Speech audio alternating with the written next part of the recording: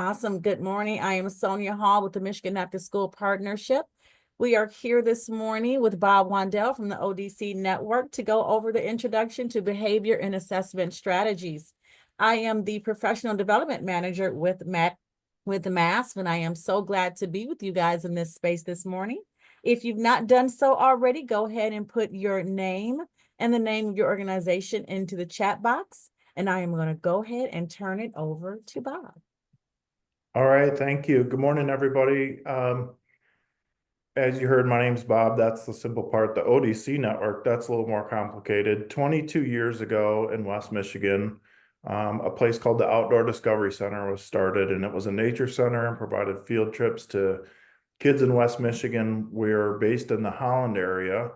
And over that time, we've developed that nature center and a bunch of other public properties to help families and young people and community members get outside. But we've also started 4 preschools in the area, and we have a consulting group called the Education Network that helps teachers provide meaningful learning beyond the classroom for people of all ages. And that's the part of the job that I get to do.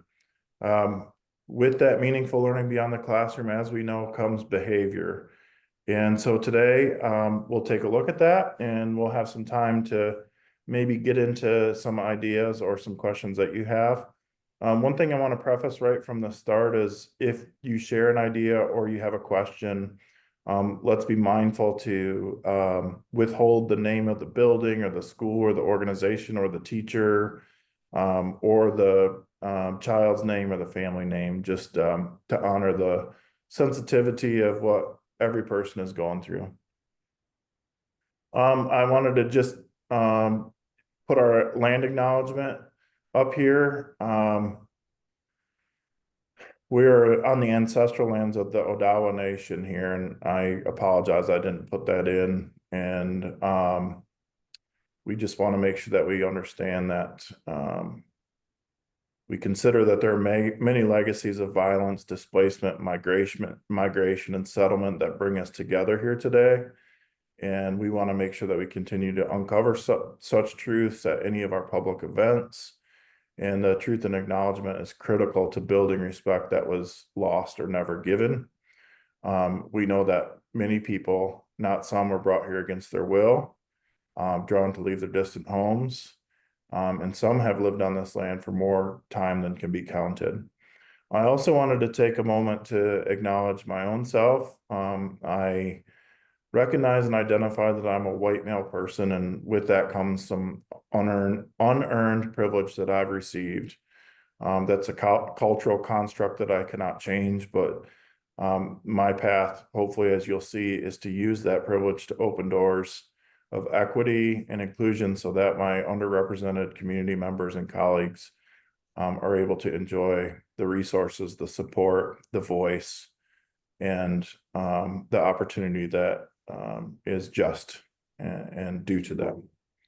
So with that, we're going to kind of get into a little bit about behavior and how to make some assessments, but also how to check in with ourselves during that time. So I want to start with just maybe framing up the fact that all behavior is communication. And when that child has a behavior, that is their way at that moment of communicating with us. And while that may not seem very comfortable, because it's not, I think for myself personally, whether it's my family members, my students, my colleagues, my friends, and sometimes even my 1-year-old puppy, that behavior is communication.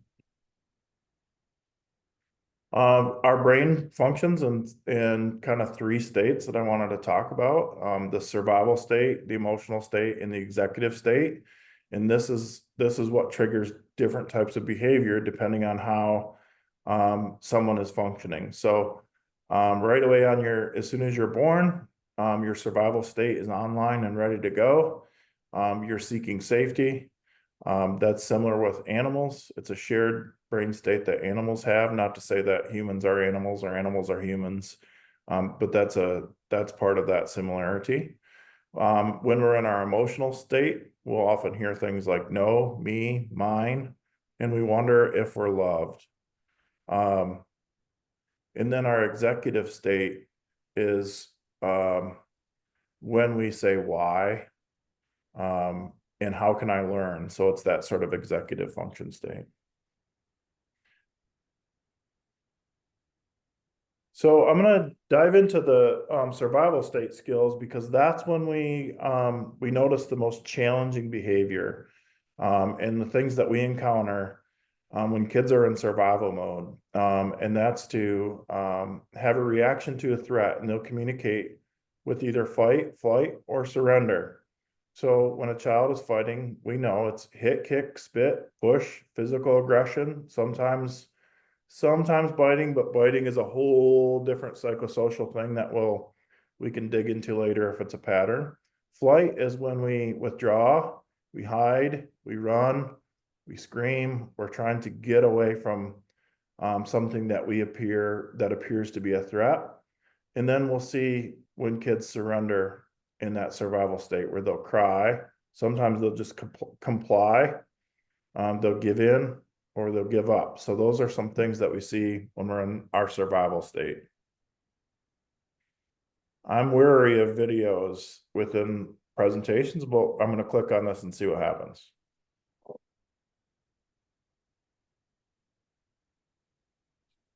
Hey, welcome back, everyone. Today, I want to talk about the Incredible Hulk and why I use the Incredible Hulk metaphor for nearly all my patients with trauma, because it's one of the best metaphors for understanding how trauma impacts the brain, how we think, how we feel, and how we react to different situations. And it also has some clues about how to actually help people recover from trauma. So everyone knows that the Incredible Hulk is one of America's favorite superheroes. But did you know that he actually has a severe history of childhood abuse at the hands of his father? And so Bruce Banner always had this huge capacity for rage as a way to protect himself from perceived threat. But then when he got infected with gamma radiations, it turned his rage into one of the most powerful forces in the universe. And we all know that as he starts to get angry, his eyes turn green, his skin turns green, and he starts to grow muscles at an incredible rate. As his Hulk starts to come up, his capacity for intelligence goes way down. And as the Hulk is raging, there's this underlying sense of self-hatred, because Banner hates turning into the Hulk. The rest of the world tries to stop the Hulk by sending the world's military against him, but every time you shoot the Hulk or threaten him, it just makes him absorb more gamma radiation, become stronger and stronger, and probably less and less smart. And the only thing that can help the Hulk calm down is actually to just be done with his rage, destroy the threat, and then go jump to South America or some other beautiful place and take a nap for a day and a half, and then wake up and realize that you've tattered your clothes and you probably left a wake of destruction. You need to find your way back to civilization. Now, there's a really important lesson about managing kids who Hulk out too. The thing that the world usually does whenever they see a child acting out and hulking out is that they threaten consequences to them. And this is exactly like shooting the Hulk with military weapons. I mean, the more you shoot at the Hulk, you just make him stronger and stronger and madder and madder. And this is what happens to all these kids who are raging out. Everyone sends them to timeouts or threatens consequences and takes away privileges. And it just makes them escalate more and more. And then we end up classifying them as the problem, as having rage and anger issues, when in fact, they just have this overreactive alarm system that operates just like the way that the Hulk does. And so you're going to ask, okay, then what do we do with the Hulk? Now, the first thing you have to do is actually to never let the Hulk come out in the first place. And the way you do that is by strengthening Banner's capacity for self-awareness, to know what triggers him and to recognize when he's starting to get mad. Because when his eyes are green, maybe there's a little bit of capacity for controlling that reaction to become full-blown Hulk. And you also try to help give Banner other skills for dealing with anger and aggression. But at the same time, Banner sometimes needs the Hulk because there are real threats out there. So you can't really hate the Hulk when he comes out. You just have to know when to use him. And then when the Hulk is out, there's really not much you can do. And even for traumatized people, as soon as the sympathetic nervous system is activated and the whole stress response is activated, it's going to take a good 45 minutes to an hour for the body to metabolize all of that adrenaline that's coursing through the body. And this is why I like chill out spaces for schools, just a place where kids can go and feel safe and try to calm themselves back down. Now, the other thing you can do when Banner's eyes are green and he still has some capacity to think is to make him focus on what really matters most in this moment. And particularly if you make him focus on who matters most to you, who do you love, what do you care about most in this world, then sometimes it can help de-escalate him down from turning into the Hulk completely. So I hope that helps. Let me know if you have any questions in the comments below. Thank you. Goodbye. Goodbye, David.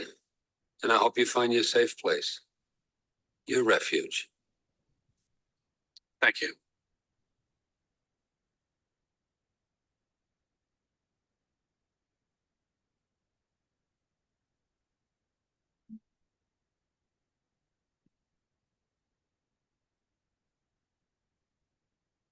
So there you have it. And I also wanted to see how many copyright infringements we could violate in the shortest period of time. I think that guy nailed it for us, but it's okay because I feel like that really gives us a good visualization of what's happening. Often we think about when kids have behavior and they're trying to have that communication with us, we tend to internalize it and make it about us.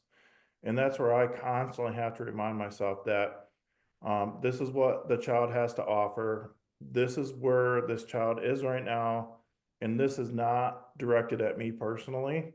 When kids are in that safety state, it most often, 80% or more of the time, according to research, is a result of underlying past or present trauma that the child is having to process and work through. So it's important that we identify with our own brain states as well and try to remain calm as much as we can and have a support network. We'll talk a little bit about that. So getting into that fight or flight, students that have that will have those impulsive response where they may choose to swear at you or say something that you know is just not true. Their heart rate actually elevates. They won't trust you. They feel like they're in danger or it's not safe to be with you or around you. We see anxiety, panic, and anger, self-destructive behaviors, and then which lead into addictions as well as perfectionism and other mental health challenges. So that kind of gets us through that big state where we see the biggest behaviors. Now we see kids sometimes in an emotional state, and it's an unconscious state. And this is where sometimes as a teacher or we as teachers, we wind up in this place when we're assessing behavior. And that's where we have to be very careful to try to get our own brains through some coping skills back into our executive state. Because when we have an emotional person dealing with someone in an emotional state or a safety state, it's actually physiologically impossible to get back to that place. So when kids are emotional or emotional, we see the attention seeking, relationship resistance. So it can go both ways, clinginess, perfectionism, some name calling, social exclusion. You can't be in the club. And that child needs connection in that time. And so as we assess and we see those, we can start to pair up the needs with what the behavior is, rather than where I landed when I first came into working with young people. Is like, well, when you see this, then you should do this, or you should tell kids this, because in the intention of that emotional moment that child is having, they really want to be able to feel better and try to get back into a place where the world goes their way, even in a small state. So there, you can't play with us. We don't like you. As we get into a little bit more mature cognitive or age group, spreading rumors, internet. This is the root of much of the internet issues or internet bullying. We'll see a lot of blame come through in this because emotionally kids aren't able to self-reflect and take responsibility or accountability. And then a time of guilt. I'm terrible. Nobody likes me. Everything I do, I mess up.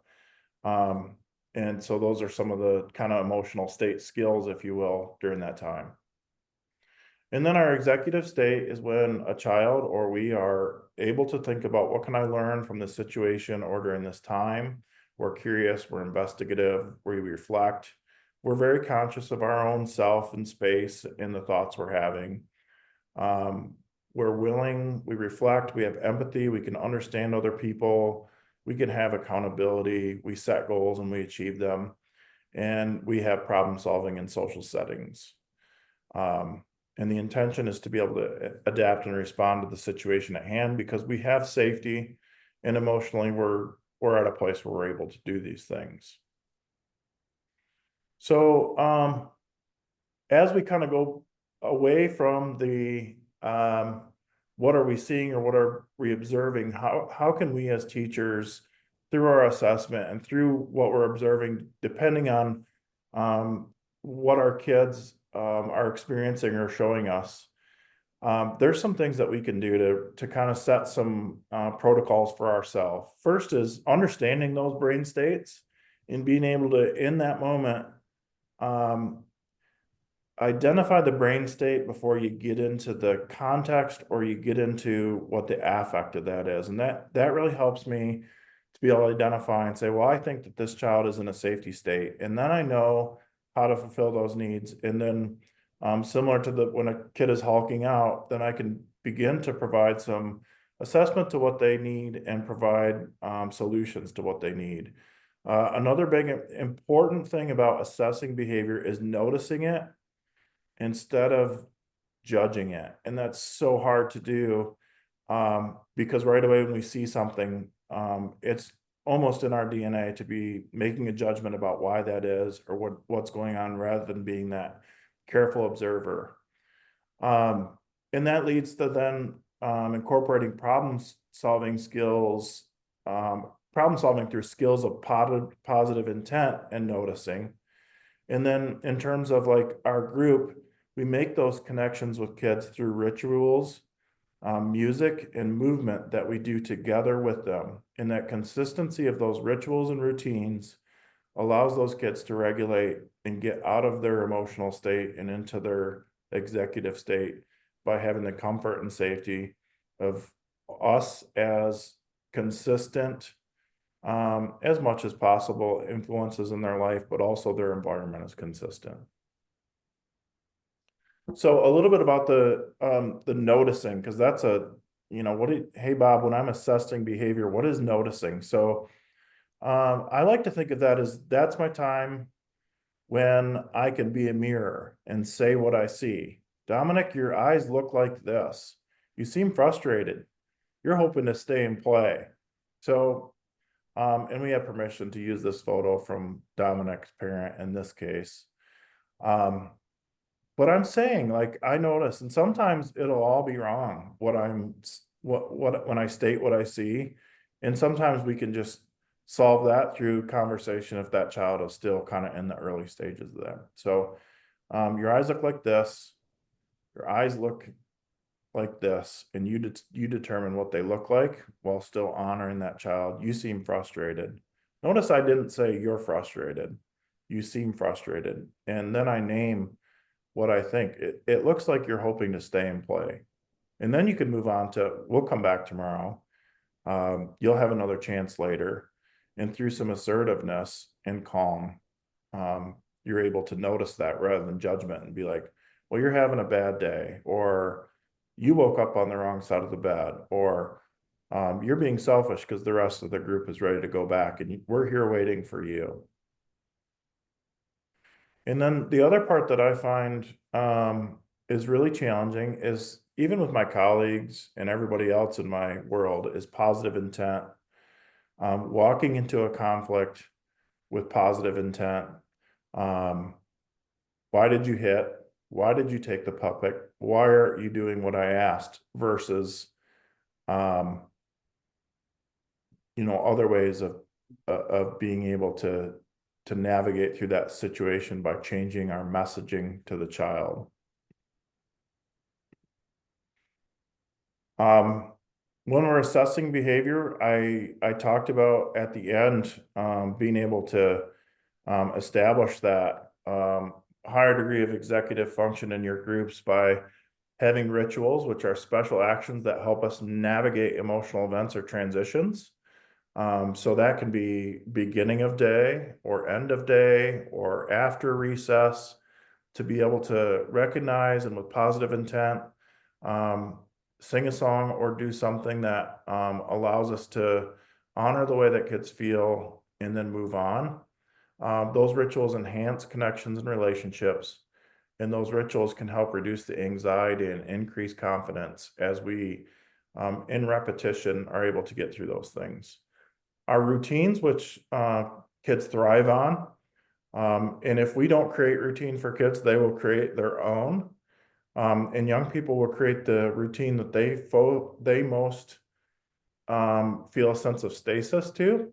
So if we don't create rituals and routines with a group of kids that have had a high level of trauma, they will create their own, and psychologically they'll revert back to what their stasis is. So if they've had unpredictability, lack of security, misunderstanding of rules and expectations, if that's been mostly what their environment is, if we don't help to set the routines and change the context based upon our observations, then kids will default back to that. Adults will too. And then, so those routines are psychologically beneficial for us in many ways, including some of these. And it's not a magic bullet to say that a child that has insomnia, bipolar disorder, or ADHD will be magically remedied through the implementation of routines. But those help kids as we observe behaviors and adjust those to respond to those behaviors through noticing, will eliminate some of those degrees of severity and can be beneficial. Another thing, when I'm beginning to assess behavior, I have to welcome conflict, and that's counterintuitive because many of us were taught, like, hey, when the kids are doing this, then you need to do that and end this conflict right away. I have my own personal struggles with this where because of my own trauma, I don't like conflict, even though I create it sometimes.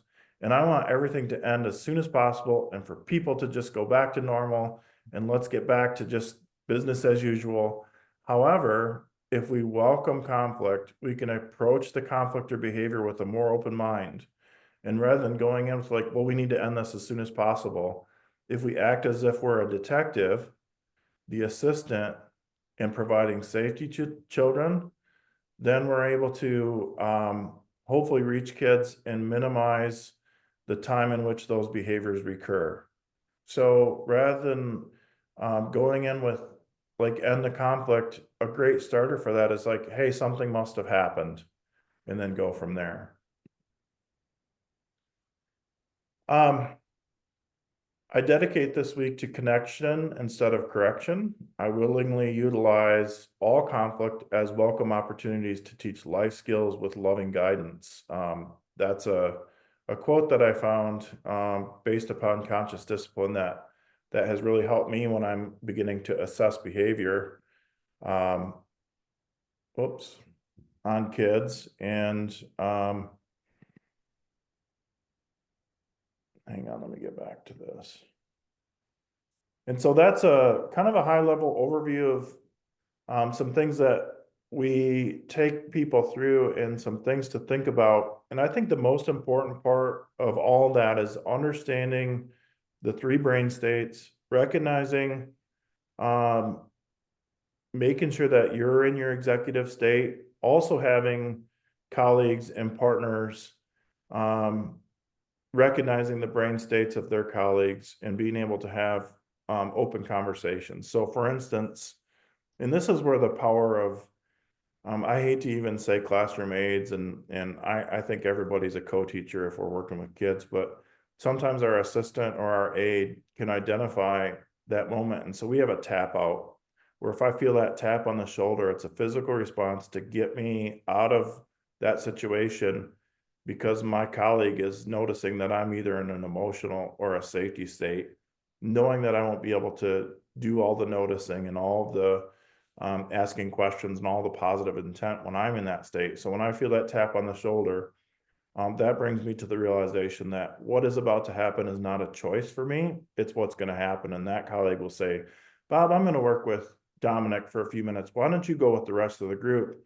And then that's non-negotiable. And then I'll go and work with the rest of the group, get myself into that executive state by doing so, and then we can kind of swap out. So it's very important that we're able to understand our brain states as well as those of the kids we're working with to keep us in that curious, noticing, positive intent, assessment of behavior.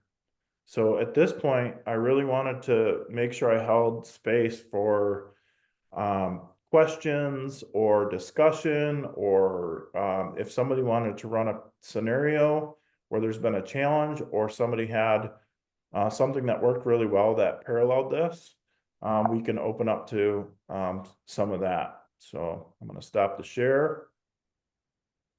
I think we're good.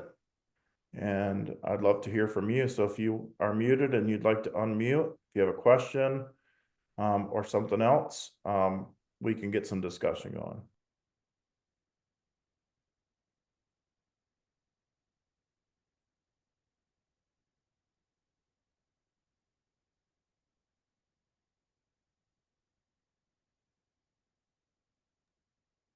And I'm open to anything. If you're like, how do you do consequences, or how do you organize behavior, or do you use behavior charts with your, so we have 32 different partnerships that we help facilitate. And I always say, we're not here to run the school, we're here to help the school run, or we're not here to run the center, we're here to help the center run. So we see a lot of different ways to implement this into behavior strategies, as well as what schools use, which is called PBIS.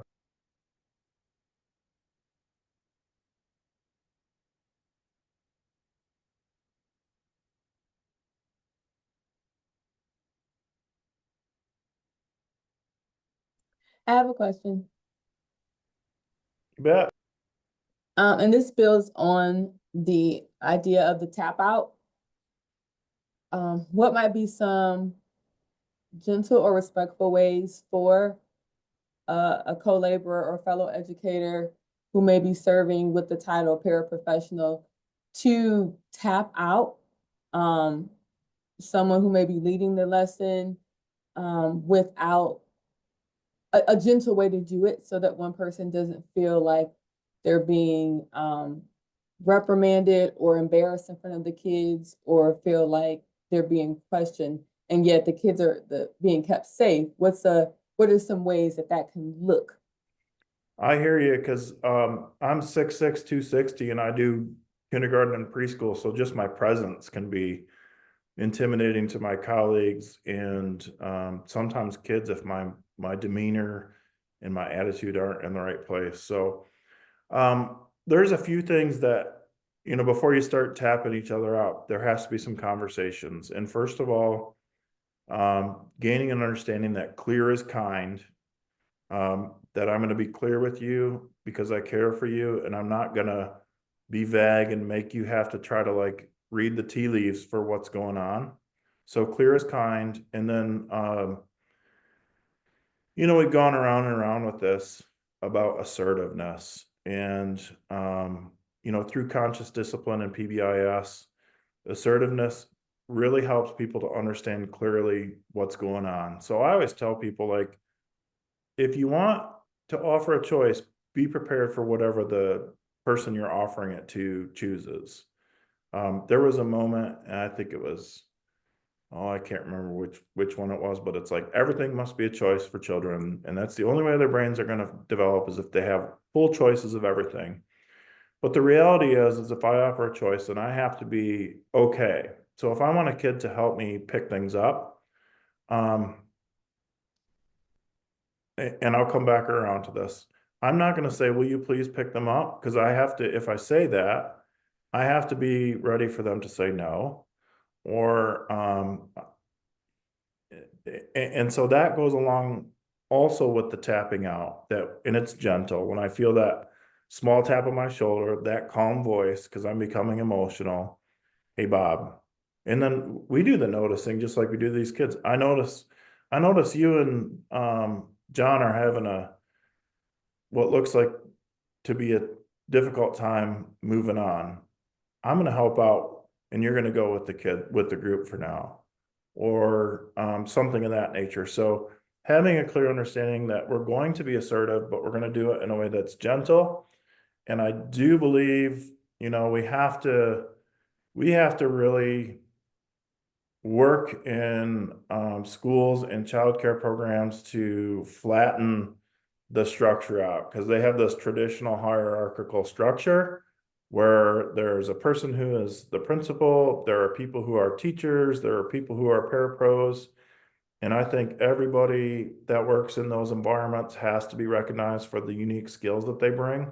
And so you really have to celebrate that out. And that's part of the equity piece too, that we're not sort of inadvertently shaming people who maybe their career and education trajectory are different than what some are. And I'll tell you, some of the parapros by title, and we don't call them that, are the most amazing educators, and a case can be made for their skills over some of the more formally trained people than myself. So creating the environment of equity and celebrating everybody's skills, understanding that clear is kind, knowing that we're going to have assertiveness, and then carrying it out gently is the intent. It's never, sometimes it can be very good, but it's never perfect. And so revisiting that, there's a book called Crucial Conversations that really goes along with this well. So those are some of my tips. Because it can't come as a surprise, because if Tanya, who's been teaching for 20 years, all of a sudden gets tapped up by her parapro that she's had for 2 weeks, because that parapro is like excited and has all this knowledge and they're going to be helpful, it may seem more like judgment than noticing. Thank you. Anything on your mind, you can, I mean, I taught middle school, early elementary, later elementary. I've coached high school and college athletics.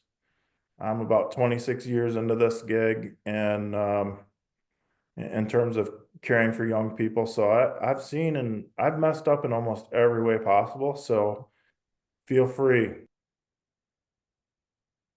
Bob, we do have a question in the chat box.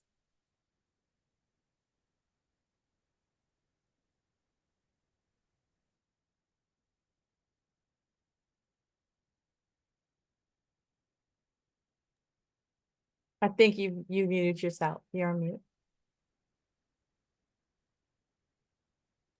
Yeah, I muted myself. I've not been to an intensive in Florida. I've got some colleagues that have. I have benefited mostly from the training that I've done with our directors. We have directors here that are conscious discipline certified professional developers, including our social workers. There's a 10 video series in addition to some of the PD that we've done, and it's kind of an on-demand series. I found that to be hugely beneficial. As a partner manager for a lot of organizations, we have kind of some sayings. We learn the work by doing the work, and we learn to work together by working together. So I really like to go out in the field with my people who are experts and just come alongside of them and work with them and observe how they notice behavior, have great conversations, and continue to use those accessible PD. And that's not to say that an intensive in Florida, those that have been like, this is transformative and it's all the depth. But I also don't want that to become a barrier for being able to grow as a professional, because it's expensive and it's difficult and it's time consuming. And I think that builds in some of those equity issues that I talked about in the beginning. If I'm like, hey, now that you know this, you should really go to Florida and spend thousands of dollars to get better at it. So that's my take on that. It's awesome, but I don't think it's necessary.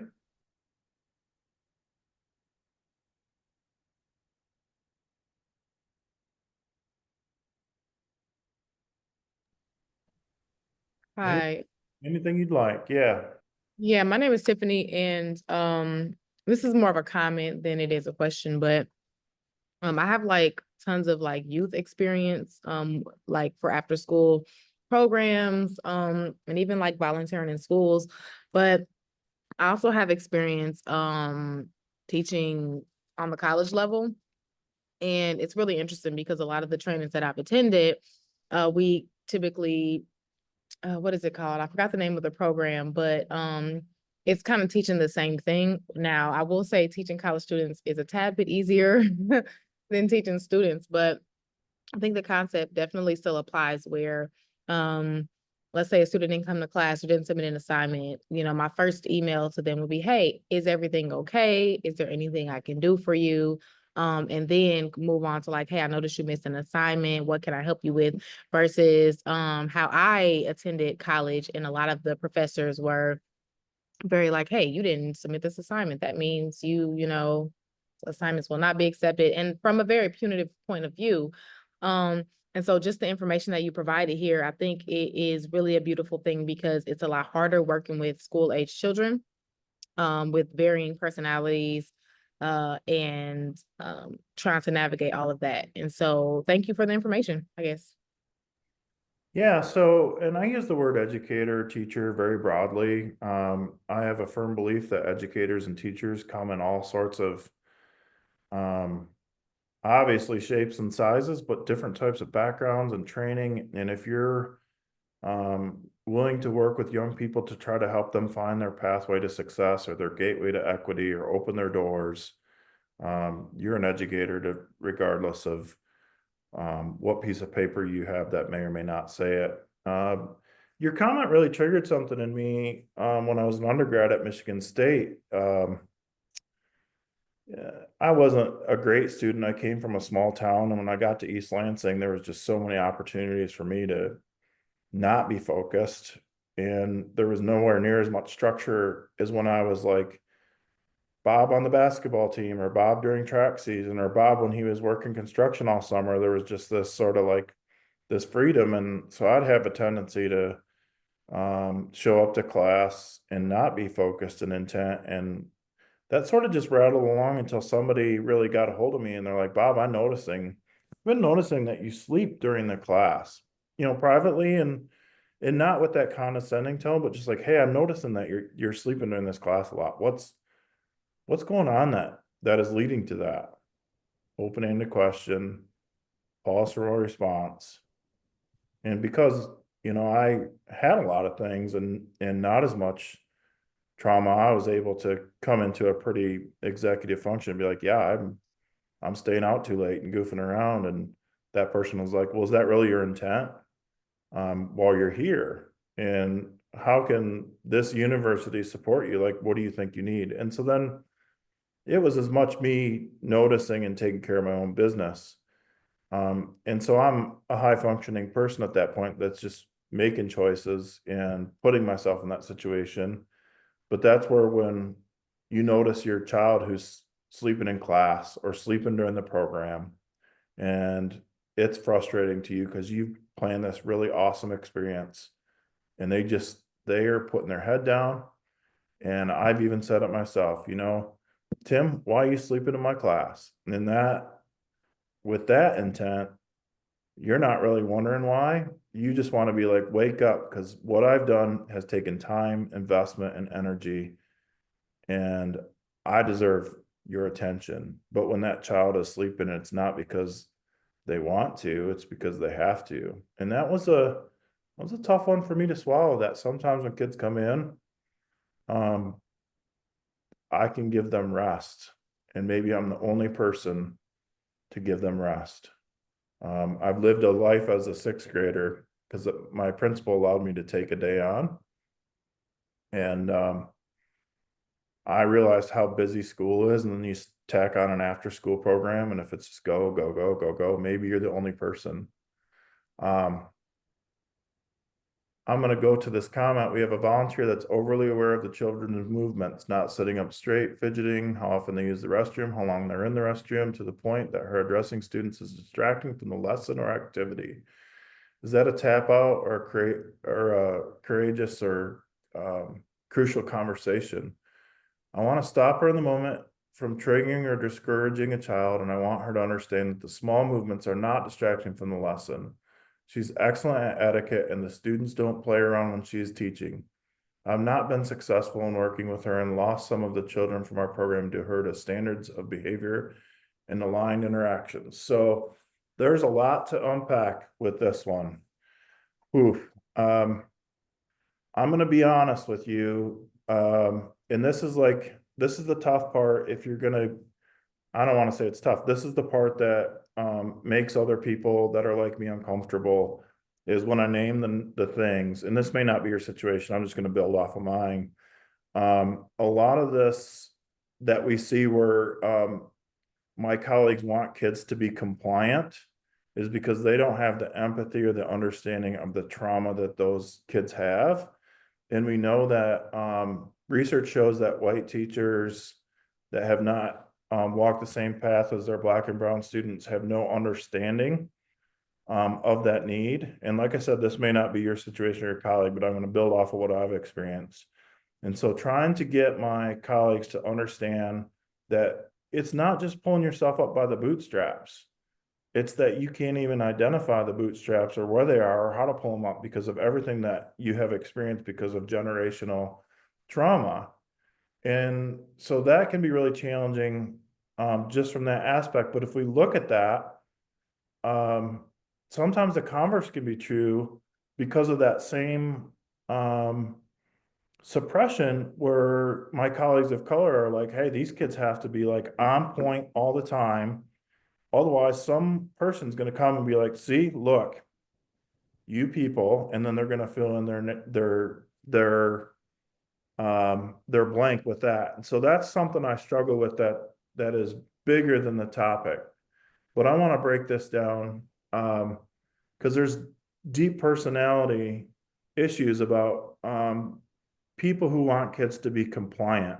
And that's challenging because it's comfortable for us when kids are compliant. When everybody's rows and toes, everybody's sitting, it makes our job from an administrative standpoint be very much easier. But we have to understand, if we go back to what kids do when they're in their safety states, even sometimes this using the restroom, that's a fight or flight, like they're escaping. If they're middle school kids, I always use restroom as my gauge of like, if my kids start going to the restroom all the time, I know that what I'm doing is not reaching them and I need to change that, versus being like, you can't be going to the restroom. That's their coping skill. And I would say that's not a tap out of the gate. I think that's like, how do we work together? So we have a protocol for what we're going to be willing to accept in risky play. And so I don't want to bail on this presentation and try to pull a document, but basically it's a T-chart where you sit down and you take a look at one of these topics, and we'll just say fidgeting. Let's look at with the fidgeting, what does the fidgeting do that causes pain or negativity? And what does fidgeting do as a possible gain? So this could be fidgeting, climbing trees, running when you're supposed to be walking in a line. You could take any topic and say, let's break this down and let's together list all of the positive and challenging aspects of this thing. So fidgeting, and we're going to list them all. There's no wrong answer. And then we're going to be able to say, okay, here's fidgeting. This is what our benefits and this is what our challenges are. So based upon what we see here, is it better to allow kids to fidget, or is it just too much? And we have to decide that's not going to be something that we do. Because I do believe that there's a chance and an opportunity to teach kids the etiquette and what we call civil order. But I also know that if our objective is not for kids to learn etiquette and civil order, then they need their outlet. And my wise mentor once told me, just because it's bothering you doesn't mean it has to stop. And I probed in on that. And I'm like, well, what are you talking about? He's like, most of the stuff that's annoying to teachers, kids will keep rolling through that because that's what they're used to. Now, at the point in which it becomes annoying that you can't do what you need to do to stay in your logic state or maintain a healthy, active classroom, that's when you can step in and be honest with kids. For me, that's the sound of a plastic water bottle. I can tolerate so many things, but all my students know shortly after they meet me, that sound puts me on edge. And I realize it's not a barrier for them, but it's a barrier for me. So that's one I picked where I'm just like, people, plastic noise a water bottle. I just can't deal with that. Let's find a different way. So I would probably, you got to honor those standards of behavior and then make that alignment through shared conversation of, hey, what's the risk and what's the gain of stopping or starting a behavior?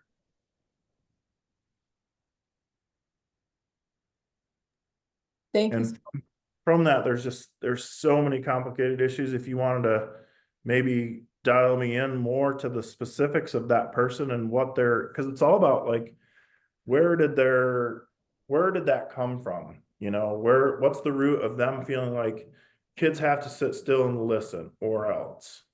Hang on, the sun's coming in, hallelujah, but I'm gonna get it out of my eyes.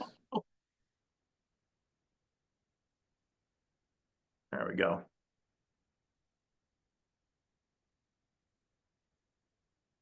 Because if the adults are not aligned, the kids will flee from the program because kids are already getting that and they need to have that alignment and understand that everybody here is there to help them be successful. And if you're not aligned, they're going to play mom and dad off you minimally. We've got a little time left. If somebody wants to dive in or ask about hey, I had a kid that ran away, what should I do? Or question something that I've talked about, totally open to anything. When you see behavior, what is the best, safest, and most effective way to respond? And I'm only telling you what I've learned and what has or hasn't worked for me. There's no magic bullet, otherwise we wouldn't have this conversation for sure.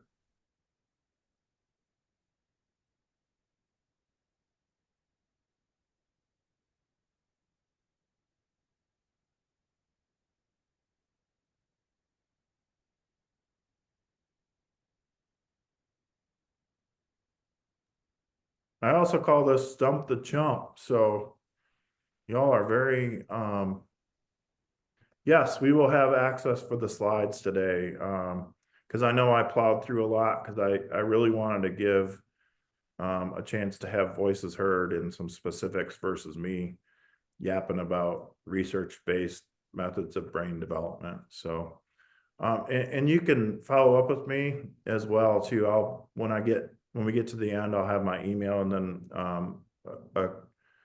a code for the survey and such. I'm not sure about my registry hours.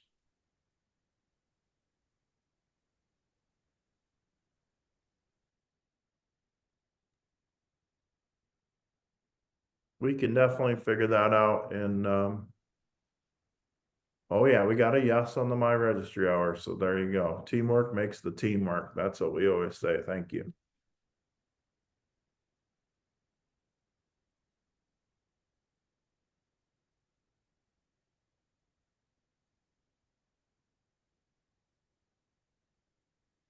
In 2 weeks, you'll have your credit.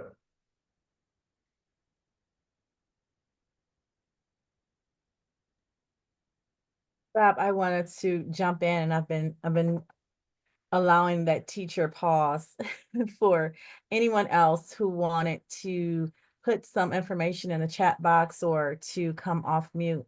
I thank you for the way that you broke this all down, because I'm quite sure, like everyone who is in this training on this morning. And I want to clarify that on our Monday sessions, this is really the opportunity for this time for us to speak and to talk and engage.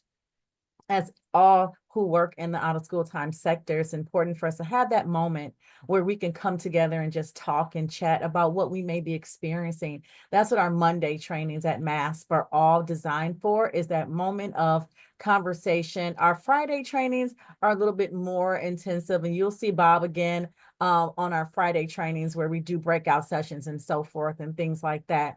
But the way you broke it down, Bob, of understanding the brain development, I think oftentimes we're looking for a tool. We're looking for a resource, another checklist, another document on how and what is the best way to assess and to observe young people.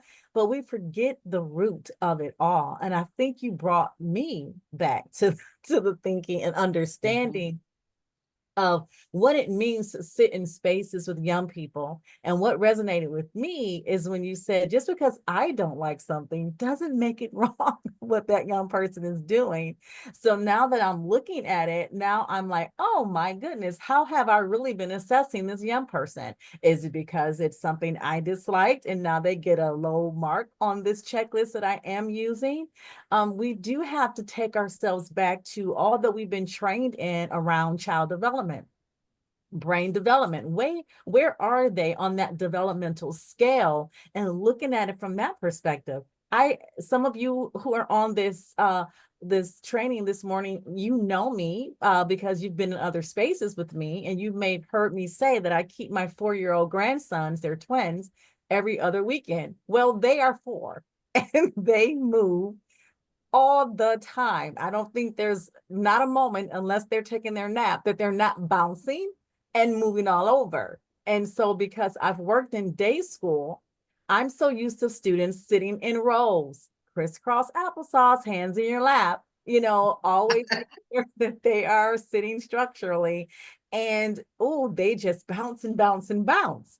And I'm like, is there something about this new generation of young people? And there's not. That is their developmental stage. And so I just want to say thank you for bringing me Yeah. back to So that. a couple things on that. Compliance is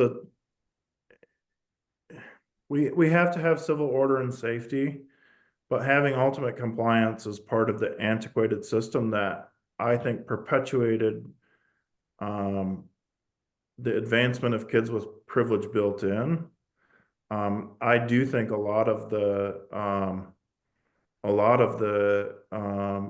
demand for compliance is rooted in spaces of inequity for lots of different reasons. I also recognize there's a vulnerability to getting on a Zoom call with a stranger or relative strangers being like, yeah, I had a kid that threw a chair, called me every name in the book, and then ran out of the building yesterday. What do you got for that? Because that's a vulnerability too. So I certainly understand. The one thing I wanted to pull out of what you just told me that I thought of is tools don't build houses, carpenters do. And you can have all the tools in the world, and if you throw them on a job site, the house will not get built. And that's really kind of what I try when I do a training, is to stay focused on. It's less about the tool, because we as education professionals and program coordinators, we can get real bent out of shape about a certain tool or which system we're using or how we're going to have to track this one or that one. But the more that we can keep the eye on the carpenter and allow the tool to try to do its job, that's transformative, I think. And to remind your team that the tools are there to help you. Sometimes the tools are not the greatest, but the house gets built by the carpenters. Awesome. And thank you. Thank you so much for that information. We are coming up on time, so we are going to advance, you guys. If no one else has any further comments or questions, and if you do, go ahead and pop those in the chat box and we'll try to get to them before time. But Yeah. while While we're doing that, Yeah. I'm gonna throw the code up to or attempt. Okay. We see a lovely boat right now. That was nice. Oh yeah, that's not my boat. That was a boat I got to ride on for a couple days. Okay. Awesome. Terrible. This is like, well, terrible link. But we can reshare the link, but this QR code should work. I don't know how The this. QR I code didn't check this. Yeah. definitely could work. And if you do need, any of you, the link, if you're actually on your phone and you're not able to grab that QR code, what we can do is go ahead and pop that link. So just give me a moment. I can make sure that I get the link in the chat box for you, if you actually need it.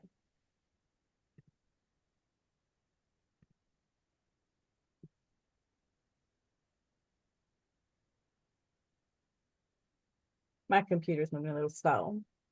But yeah, if we could just have the QR code back up for to see, and then I'm going to work to make sure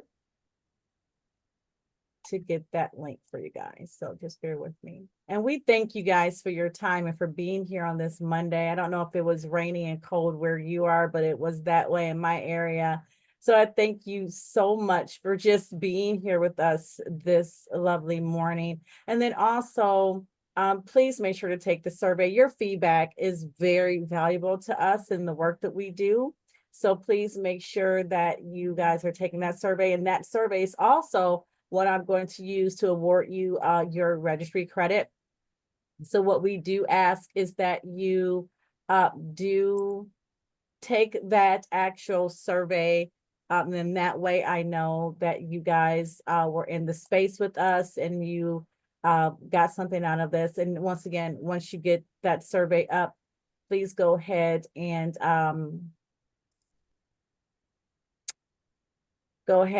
then answer those survey questions. You should have some time to Can I, answer that.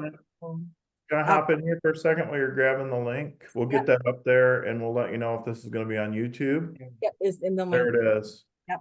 Um, It'll be on YouTube. if you want to follow up with me, it's bob@outdoordiscovery.org. I'm happy to share resources. It says here in the chat that we're going to prepare